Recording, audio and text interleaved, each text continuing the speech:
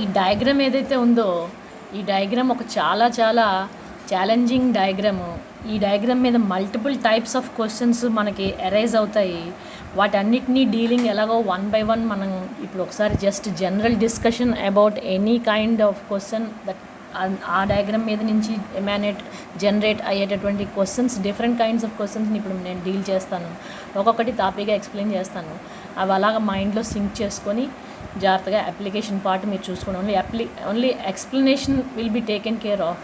But దయచేసి గుర్తుపెట్టుకోండి, ఈ ప్రజెంటేషన్ మాత్రం పర్టికులర్గా ఫస్ట్ గివెన్ రాసుకోవాలి, తర్వాత టు ప్రూవ్ రాసుకోవాలి, తర్వాత మీరు ప్రూఫ్లోకి వెళ్ళి solution step by step, construction ఉంటే construction, everything should be neatly presented step by step and every sentence in the proof should be substantiated. అంటే మనం రాసే ప్రతి లైన్కి రీజన్ అనేది కంపల్సరీ. మనం ఒక స్టేట్మెంట్ ఇచ్చేసి వదిలేయకూడదు, దానికి కంపల్సరీగా రీజన్ రాయాలి, దాన్ని ఎక్స్ప్లెయిన్ చేసుకోవాలి, కాంగ్రెన్స్ అరైవ్ అవ్వాలి, సిపిసిటీ తీయాలి.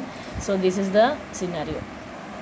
ఈ question NCERT text book question number 2 10.4కి ఇదే బొమ్మ, అగర్వాల్లో క్వశ్చన్ నెంబర్ 9కి ఎగ్జాంపుల్ ఎక్సర్సైజ్ 12Aలోని ఇదే బొమ్మ, ఆర్డి శర్మలో second example, 11th example, 17th ఎగ్జాంపుల్లోని ఈ 3 క్వశ్చన్స్కి కూడా డయాగ్రామ్ ఇదే. So this diagram is very important.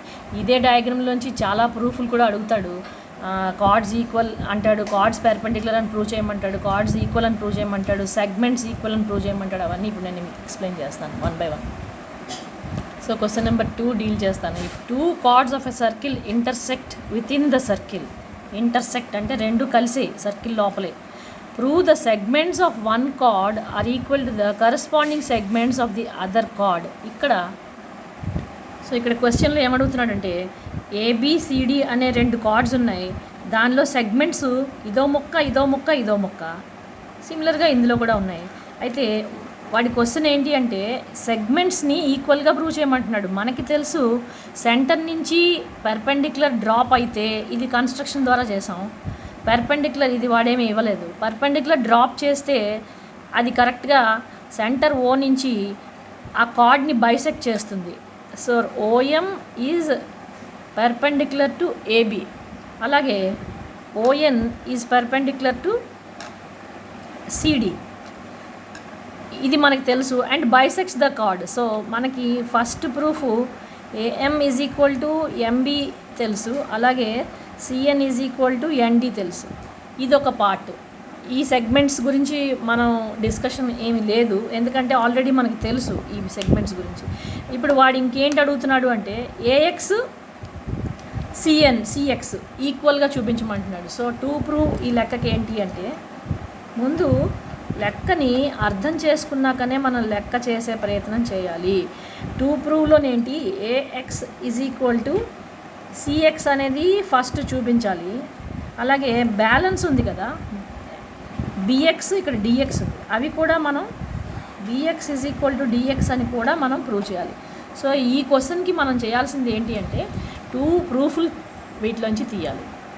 So మనకి ఈ 2 వచ్చేసినాయి. ఇవి ఎలా వచ్చిందంటే equal chords are equidistant from the centre నుంచి equidistant. So OM is equal to ON మనకు వచ్చేసింది. And perpendicular from the centre of the circle bisects the chord. So దీన్ని 2 సమానమైన ముక్కలు చేస్తుంది. కాబట్టి మనం ఒక సెగ్మెంట్ తాలూకా ప్రూఫ్ ఆల్రెడీ మన చేతిలో ఉంది. ఇప్పుడు ఇది పట్టుకొని మిగిలిన చేస్తాం. సో ఇప్పుడు నేను చెప్పిందే రాశాను. ఇక్కడ మనకి కార్డ్స్ ఈక్వల్ అని తెలుసు కాబట్టి డివైడింగ్ బోత్ సైడ్స్ బై 2 మనకి half AB equals to half CD అని వచ్చింది ఇందులోంచి. కానీ హాఫ్ ఏడి హాఫ్ సిడి సెపరేట్గా ఈ రకంగా వచ్చింది. సో ఇవి 2 ఈక్వల్ కాబట్టి మనకి ఇవి కూడా మ్యూచువల్లీ ఈక్వల్.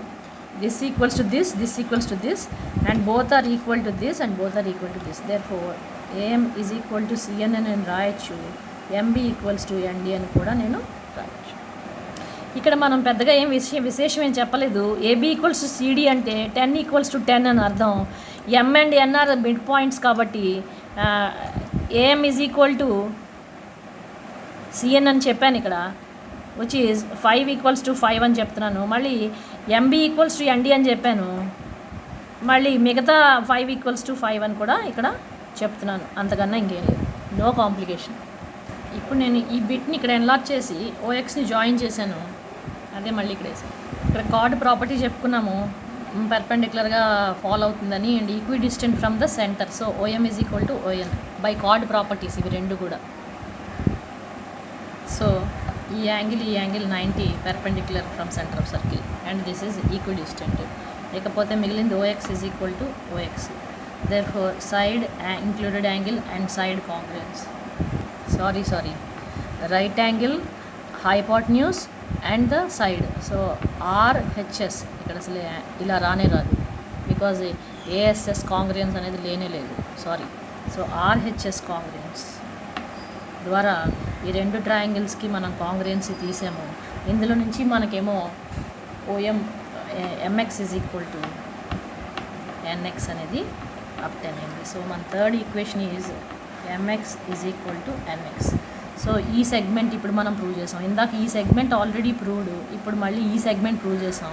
ఇప్పుడు ఈ సెగ్మెంట్ కూడా మనం ప్రూవ్ చేయాలి, తర్వాత ఇది కూడా ప్రూవ్ చేయాలి.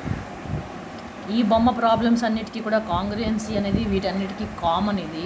కాకపోతే ఇవి రెండు ఇచ్చి ఇది తీయమంటాడు, ఇది రెండు ఇచ్చి ఇది తీయమంటాడు, రకరకాలుగా ఉంటుంది. సో డయాగ్రామ్ ఇదే, కాంగ్రుయెన్సీకి ట్రయాంగిల్స్ కూడా ఇవి రెండే ఎప్పుడు కూడా. ఈ డయాగ్రామ్ ఇచ్చాడంటే ఈ కాంగ్రుయెన్సీ అందులో ఉండి తీరుతుంది ఆ లెక్కలు.